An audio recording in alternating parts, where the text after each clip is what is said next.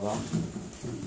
Oui. Est-ce que le pays réel, là, c'est bien les familles, les métiers, c'est-à-dire que les gens peuvent instrumentaliser un des systèmes quelque part. Est-ce que le pays réel peut instrumentaliser le système? C'est une question. De quelle manière? Enfin, à quoi songez-vous? Au niveau des élections, par exemple. Ah oui. Au niveau des élections. Ah, j'ai déjà entendu cette théorie. C'est-à-dire, on entre dans les partis existants, on fait de l'entrisme. Non, et on y prend le pouvoir. Non, c'est ça. Je ne parlais pas forcément de ça. De toute façon, le pouvoir, on ne l'a pas dans les actes électoraux. Et à mon avis, on ne l'aura pas de toute façon dans les années à venir.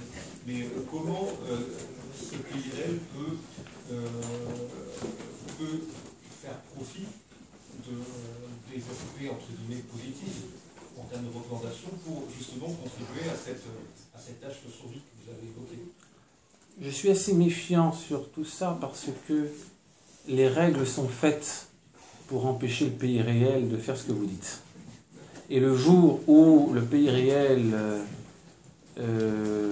aura peut-être de ce point de vue une carte à jouer, eh bien les règles seront changées pour qu'ils n'y parviennent pas. Je ne crois pas que ce soit le bon terrain. Je ne crois pas que ce soit le bon terrain. Quel est le bon terrain? Le bon terrain, selon moi, il faut reprendre la hiérarchie des priorités. Il est d'abord spirituel. Ensuite, il est culturel. Il faut mener cette action culturelle, réveiller les esprits, transmettre, faire connaître voilà, ce que font les uns et les autres ici, avec votre site, le rouge et le noir. Il y a quelque chose de tout à fait nouveau aujourd'hui avec Internet, et d'ailleurs qui inquiète tellement les gens qui sont aux affaires qu'ils songent finalement à rétablir la censure.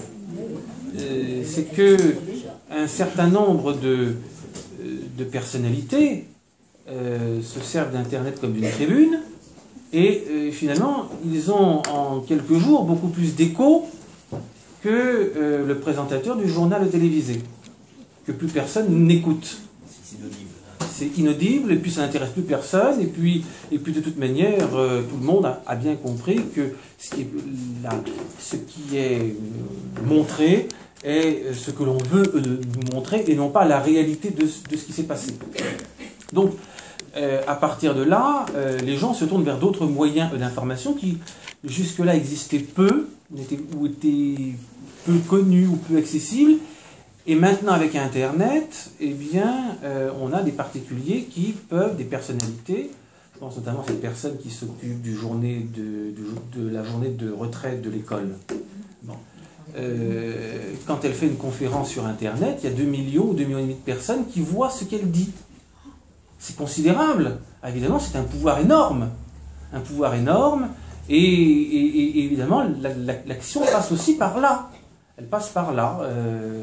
Alors il faut faire preuve d'imagination, d'inventivité. Il ne s'agit pas que tout le monde fasse la même chose. Et ce qui est très bien, c'est que justement, chacun prend son initiative. L'un fait une conférence de 3/4 d'heure sur Internet, les autres tiennent un site, les troisièmes font autre chose. Bon, et tout ça s'additionne, et tout ça va dans le même sens. Donc il faut déjà mener ce combat spirituel et culturel qui porte certains fruits. Parce que le réveil actuel qui est visible dans la population, ce réveil, il était difficilement imaginable il y a 18 mois. Difficilement imaginable. Je viens au début des manifestations pour défendre le mariage. Après la première manifestation du mois de novembre, une nouvelle manifestation était annoncée. Et je me souviens dans une conversation avoir dit à l'un de mes amis, il faudrait qu'on soit 500 000 la fois prochaine. Et je pensais intérieurement, mais 500 000, il va falloir vraiment cravacher pour y arriver. C'est pas gagné, hein, dans l'état actuel du pays. Bon, résultat, on a été beaucoup plus nombreux. Et 3 fois de suite. C'était inimaginable. Alors il y a là un réveil, il y a là quelque chose qui se passe, qu'il faut encourager. Ce qui est très intéressant, c'est de voir que ces expressions de résistance, de mécontentement, se maintiennent dans la durée et se renouvellent. Chaque mois, il y a quelque chose de nouveau qui surgit et qui reprend en partie, et puis qui parle d'autres choses. Et tous ces mécontentements s'additionnent. Alors ça, c'est extrêmement intéressant. Voilà. Donc il faut... Alors en ce moment, ce qu'il faut, c'est notamment se battre pour la transmission à l'égard des plus jeunes et pour préserver les enfants des expériences que l'on veut tenter sur eux. Voilà. Alors ça, c'est absolument prioritaire. Parce que là, il est question de l'avenir. Voilà. Question de l'avenir. Alors après, je pense à cela, je pense à ces enfants qui sont maltraités dans les écoles par leur instituteur, par leur directeur, parce que les parents les ont retirés de l'école pendant une journée. Ça, ce sont des moments qui sont très désagréables, mais regardons les choses de manière cynique. Ce petit garçon de 10 ans, il est vacciné pour 50 ans. Voilà, ça va le marquer pour longtemps. Et là, on a marqué des points. Voilà, nos ennemis en ce moment travaillent bien pour nous.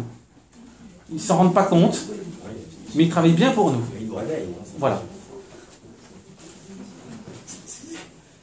Est-ce que vous voulez vous demander si vous établissiez une différence entre la loi naturelle et le droit naturel? Une distinction? Alors, oui, il y a une différence.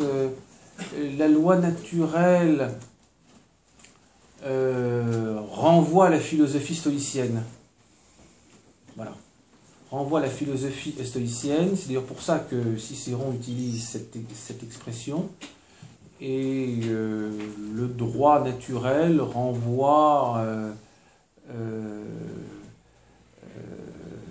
à une notion qui ne limite pas le droit à la loi. Voilà. Beaucoup plus large. Voilà. Et ça renvoie à une vision plus aristotélicienne. Voilà. Moi, je préfère utiliser l'expression droit naturel à l'usual maintenant. Si on utilise l'expression droit naturel, ce qui compte, c'est de défendre ce dont on parle. Voilà.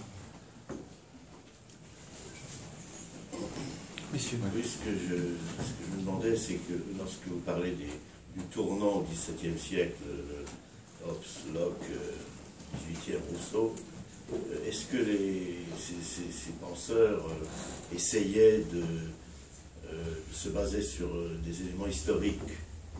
Enfin, comment ils pouvaient décider que l'homme est né seul et qu'il s'est mis en société par intérêt, par exemple? Alors, quelle est la base sur quelle base se fondait-il? Alors effectivement, c'est le grand reproche que leur fait par exemple Joseph de Maistre. Vous nous parlez du contrat social, montrez-nous l'acte, dites-nous quand il a été signé et par qui. Bon, et c'est la seule réponse à faire d'ailleurs. Rousseau reconnaît que tout cela, et Locke reconnaissent que tout cela c'est une fiction historique.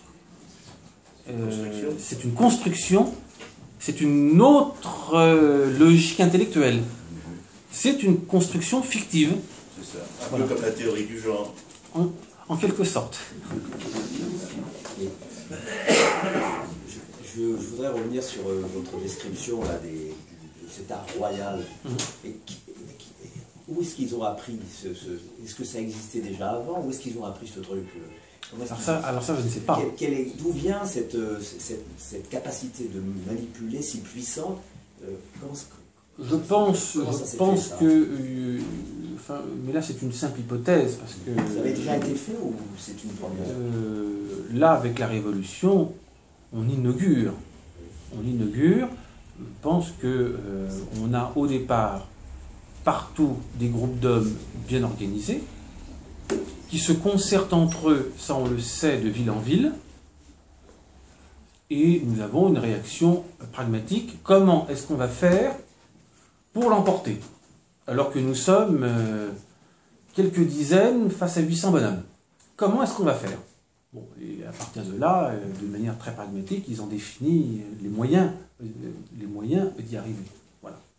Je pense que c'est ainsi que les choses se sont passées. Et il n'y a pas eu de réaction de la part du peuple français à ce moment-là, par rapport à ces manipulations évidentes? qui sont énormes. Oui, mais vous avez... Alors là, oui, vous insistez sur un point dont je n'ai pas parlé, et dont il est important de parler. Il y a deux éléments dans la régénération révolutionnaire. D'abord, il y a la manipulation du vocabulaire, la manipulation de la langue, qui est à l'époque un phénomène relativement nouveau. Après la terreur, Larpe, qui est un voltairien, mais un voltairien converti par un an de prison pendant la terreur. Parfois la prison ça fait du bien. Et Larpe est ressorti de la terreur, effaré, et il a écrit un livre sur le fanatisme et sur la manipulation du langage par la révolution. Il explique notamment que la langue révolutionnaire emploie les mots à rebours de leur sens. Voilà. Alors on peut prendre les mots les uns après les autres. Les mots peuple, liberté, égalité, progrès, tous les mots mobilisateurs et tous les mots qui stigmatisent fanatisme, aristocrate, etc., sont tous des mots piégés. Quand on parle du peuple, on imagine que l'on parle des 29 millions d'habitants. Ben non, dans la bouche des révolutionnaires, le peuple, c'est la partie du peuple qui adhère à la révolution. Voilà, ce sont les militants. C'est ce qui permet à Chabot, en 1792, de dire les sans-culottes qui sont la majeure partie du peuple. Alors que les sans-culottes, en France, ils doivent être quelques milliers, pas plus. Les sans-culottes qui sont la majeure. C'est ce qui permet à une société populaire d'une dizaine de militants qui fait régner la terreur dans une ville qui compte 3 000, 5 000 habitants, c'est-à-dire le peuple de cette ville demande que. Voilà, le peuple. Donc il y a cette manipulation. Le mot patrie, alors la manipulation du mot patrie est très intéressante, parce que quand on parle de la patrie, on pense au territoire, à l'histoire, à la communauté de vie. Et pour les révolutionnaires, la patrie, c'est la constitution, c'est la révolution, c'est les droits de l'homme, c'est les valeurs idéologiques du contrat social.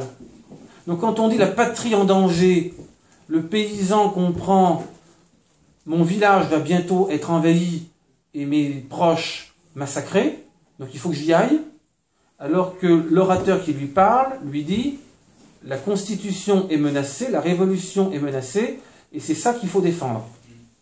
Voilà. C'est ce qui explique qu'on puisse être un patriote alors qu'on est allemand, autrichien ou anglais, parce qu'on adhère à la révolution, et qu'on puisse être un ennemi de la patrie alors qu'on est un bon français, mais qu'on n'adhère pas à la révolution, dans l'Ouest par exemple. Voilà. Alors cette manipulation du mot patrie, c'est ce qui a permis de forger toute la légende de la trahison de certaines parties de la population en 92 et 93. Voilà. Il n'y a pas de trahison, on ne parle pas de la même chose. Voilà. Ça c'est. Alors d'abord il y a la manipulation du langage. Ça c'est un point important. Avec le mensonge, avec tous les instruments de manipulation. Je vous ai parlé du jeu des sociétés affiliées. Augustin Cochin donne un autre exemple. La manière dont s'y prenaient les proconsuls pour se faire obéir dans les départements. Le maire recevait une lettre. Nous avons constaté que tel décret n'est pas appliqué, tel décret n'est pas appliqué, etc. Vous êtes les derniers à résister. Alors le type, évidemment, nous sommes les derniers. Ah bon ?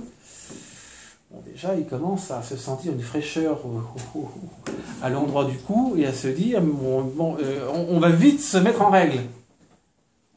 Sauf que, s'il avait Internet ou s'il avait son portable, il pourrait appeler le maire du village voisin qui a reçu la même lettre, puis celui-là, ils sont 50 à avoir reçu la même lettre. En fait, ils ne sont pas les derniers, tout le monde résiste.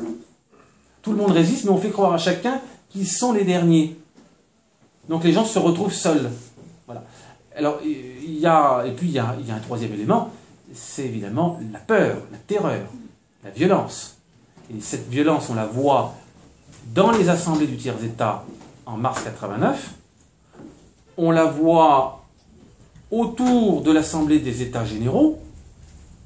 Le 20 juin 89, au moment du serment du jeu de paume, on a un député, oh il est précieux ce député, Martin Dauch. Bien. Martin Dauch, il a, député de Castelnaudary, il a refusé le serment du jeu de paume. Il a signé opposant. Adrien Duquesnoy, qui n'est pas loin de penser comme lui, mais qui est beaucoup plus prudent, de commenter dans son journal, qui est rédigé au jour le jour. Cet homme commet vraiment un acte insensé. Signé opposant, seul contre tous, dans une assemblée excessivement intolérante, où les opinions ne sont pas libres, où 5 ou 6 types en oppriment 580 en leur parlant sans cesse de liberté. On ne parle pas de la Convention, on parle de l'Assemblée du tiers-État de 89, celle qui va rédiger la Déclaration des droits de l'homme. Une assemblée excessivement intolérante où les opinions ne sont pas libres. Ben, Martin Gauche, on l'a fait sortir par la petite porte pour lui éviter d'être lynché à la sortie, et on lui a conseillé de ne pas réapparaître avant plusieurs jours. Et des incidents de ce genre, il y en a déjà plusieurs en juin 89. Et puis, il y a les journées de juillet. Les journées de juillet, tentative de reprise en main par le roi qui échoue. L'armée a mentalement basculé dans le camp de la Révolution. L'armée est gagnée à la Révolution, elle n'obéit plus. Et puis, la prise de la Bastille et le massacre qui suit. Il faut songer ce qui s'est passé, enfin, il faut se figurer ce qui s'est passé. Le gouverneur de la Bastille qui se fait lyncher. Puis après, comme on a trouvé ça assez amusant, on réserve le même sort aux prévôts des marchands. Et puis aux officiers de la garnison. Ça fait tout de suite une dizaine de têtes qui se promènent au bout des pics. C'est d'ailleurs la gravure que j'ai choisie pour la couverture du livre. C'est la vengeance populaire au soir de la prise de la Bastille. Un tableau qui a été peint en 1794, à l'époque de la Révolution. Un tableau qui est très peu connu, mais qui montre une chose, c'est que la terreur, elle commence. Elle n'a pas attendu 93 ou 92, elle commence dès 89. Voilà. Il faut imaginer que dès juillet 89, il y avait des listes de proscription qui circulaient. C'est le député du tiers-État, Jean-Baptiste Salle, qui le dit, avec des personnalités qui sont dessus, celles auxquelles le roi a demandé de partir d'ailleurs, parce qu'il ne pouvait plus garantir leur sécurité. Quelques jours plus tard, on lynche l'intendant de Paris et son beau-père, Foulon de Douai, qui était ministre de Louis XVI une semaine avant. Imaginez, pour transposer la situation, que les choses dérapent un peu en France, au cours de manifestations, et que, en l'espace d'une semaine, se fasse lyncher, pas assassiner, lyncher, le directeur de la santé, le maire de Paris,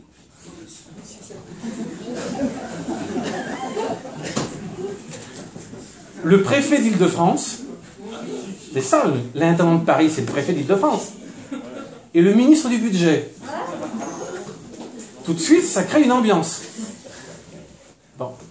Après, la tête de l'intendant de Paris, elle a été la tête de Méduse, agitée devant tous les intendants de France. Dans les jours qui ont suivi, ils sont tous démissionnés. Certains même sont partis à l'étranger, puis ils ont démissionné après. On ne sait jamais.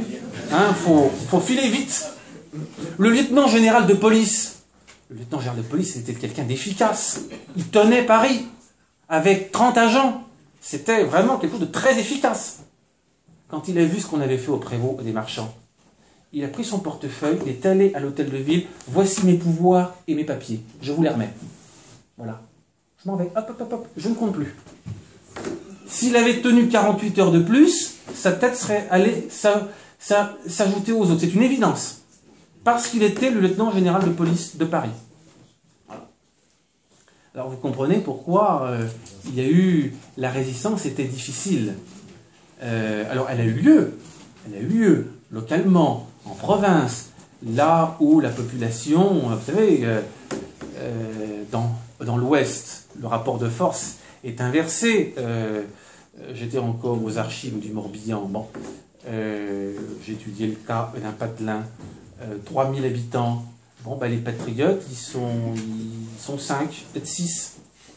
6, et puis en face, alors il dit dénonciation du conseil municipal. Ce sont tous d'anciens officiers seigneuriaux, ils sont liés aux anciens seigneurs, ils persécutent le curé jureur, etc. Bon, oui, mais le district n'ose pas intervenir, parce qu'il sait bien que s'il casse les élections, c'est les mêmes qui seront élus. D'un côté, ils sont 4, de l'autre, ils sont 700. Voilà, bon, voilà. Alors là, effectivement, on peut réagir. On peut réagir parce que là, ils sont tranquilles. Paris est loin. Voilà. Mais tout dépend du climat. Alors évidemment, tout ça a donné la chouannerie ensuite, et la guerre de Vendée un peu plus au sud. Voilà. J'espère avoir répondu à votre question. La commune de Paris n'est pas un contre-exemple, justement. C'est-à-dire C'est-à-dire que là, c'est le pouvoir en place qui a tué tous les blanchistes, en fait. Les blanchistes étaient prêts à prendre le pouvoir de Paris. Et... Ah, vous parlez de la commune de 1871. Oui, voilà, c'est ça, je parlais de ça. Alors, bon, qui est un sujet que je connais moins bien. Mais la commune de Paris, si ma mémoire est bonne, bon, il y a d'abord eu le comité central de la garde nationale qui est resté une semaine, qui a organisé les élections et qui a mis en selle la commune. Bon. La commune était elle-même divisée en deux tendances principales. Une minorité, disons, qualifions-la de socialiste humanitaire, et qui a été étiquetée girondin, ce qui ne sentait pas bon pour eux, et une majorité qui voulait refaire 93. Voilà. Et ce sont eux qui dominaient le jeu. Et à la fin, au moment où on commence à exécuter les otages, on commence avec l'archevêque de Paris et quelques prêtres, mais la minorité socialiste humanitaire sait qu'elle est ensuite sur la liste. Enfin, ce sont eux qui seront, si la commune avait duré une semaine de plus, c'est eux qui y seraient passés aussi. Donc il y a effectivement ce jeu de radicalisation où les plus radicaux éliminent toujours les plus modérés. Voilà, ça c'est clair. Enfin, moi c'est ainsi que je... Enfin, c'est le schéma que l'on voit tout au long de la Révolution entre 89 et 94, et c'est ce que je crois percevoir dans l'histoire de la Commune de Paris que je connais beaucoup moins bien. Voilà. Alors peut-être une dernière question ici, et puis ensuite on pourra continuer autour d'un verre et d'avis. Alors j'ai une question à propos de, justement, vous dites, si les idées des révolutionnaires sont, on peut dire aujourd'hui, alors peut-être une exagération, sont mortes, c'est-à-dire que plus personne ne les croit, comme vous dites, à la télévision, leur symbolique est clairement vivante, c'est-à-dire même la manif pour tous utilise des cocardes tricolores, des drapeaux, des bonnets phrygiens, etc. C'est répétable. Et même récemment, j'ai vu un colloque organisé par l'évêque de Fréjus sur laïcité et religion, où on voit des têtes de Marianne, des bleus, blancs, rouges, etc. Alors, est-ce que c'est parce que la symbolique républicaine est très forte et on fantasme, soi-disant, sur un moment où la République était plus digne que maintenant, ou est-ce que c'est que les agitateurs de la Manif pour tous et autres utilisent cette symbolique avec, parce qu'ils sont eux-mêmes républicains? Enfin, comment est-ce que vous expliquez le... Alors, d'abord, petite nuance préalable, je ne vous dis pas que les idées révolutionnaires n'ont plus aucune assise dans la population. Elles ont une assise dans une...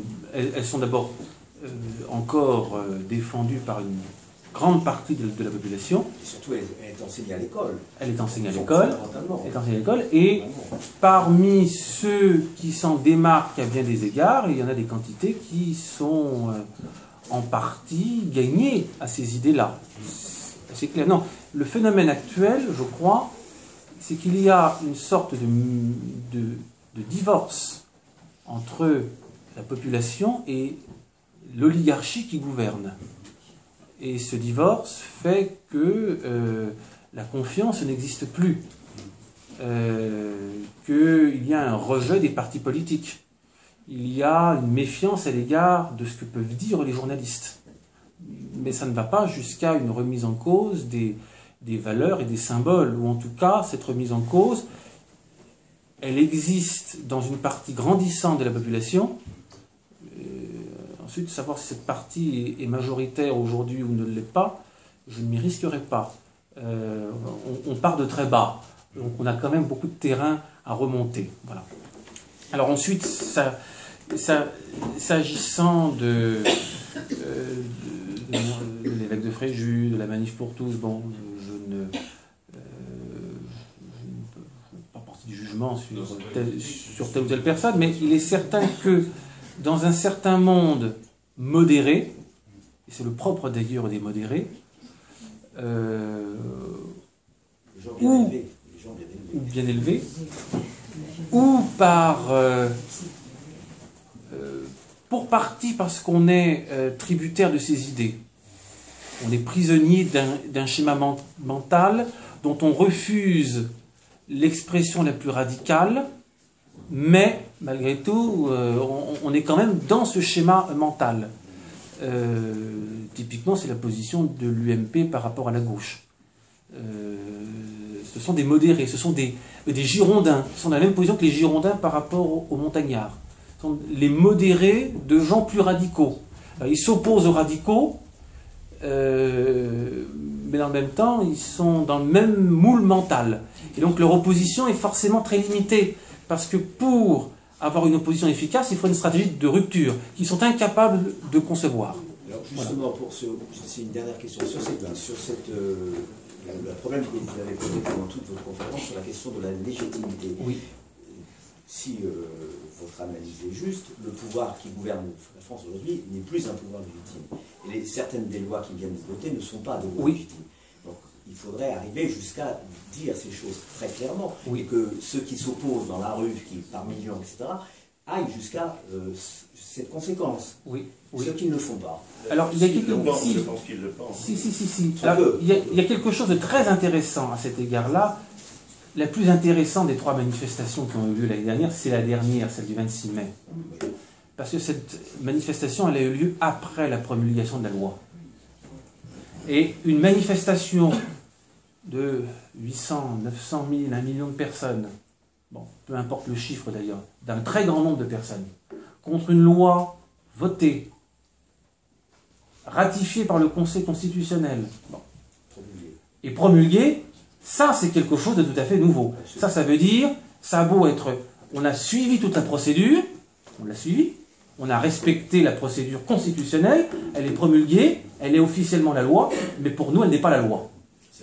Elle est illégitime. Alors là, les 800, 900 000 qui étaient là, ou 1 million qui étaient là dans la rue le 26 juin, et le 26 mai, et ceux qui ont continué à manifester dans les jours suivants au péril de leur liberté, ceux-là, ils ont bien compris qu'il y avait une différence entre la légalité et la légitimité, et qu'on avait affaire à une loi qui n'était pas légitime. Et ceux qui, dans le même ton, demandaient le départ du chef de l'État, ne faisaient qu'exprimer d'une manière abrupte la remise en cause de la légitimité d'un gouvernement qui ne respecte pas la finalité de tout gouvernement légitime, c'est-à-dire la poursuite du bien commun. Il n'y a pas de notion de bien commun. Voilà. D'abord, il est absent du discours, et puis ensuite, dans les actes, il y a à l'inverse une destruction de tout ce qui constitue le bien commun. Voilà. Un mépris de la justice, même un mépris des populations qui sont gouvernées. Peut-être l'un des épisodes les plus caractéristiques, c'était l'histoire de Madame Taubira et du syndicat de la magistrature, avec le fameux mur des cons. Et les réactions auxquelles cela a donné lieu de la part des membres du cabinet. Et ça a montré le prodigieux mépris qui ne se cache même plus de ceux qui gouvernent pour ceux qui sont gouvernés. Voilà. Il y a un moment où l'oligarchie qui gouverne méprise ceux dont ils sont censés s'occuper. Alors là, qu'est-ce qui peut faire un gouvernement? Il n'y a plus aucune trace de légitimité. Parce qu'ils sont là précisément pour s'occuper d'eux. Voilà.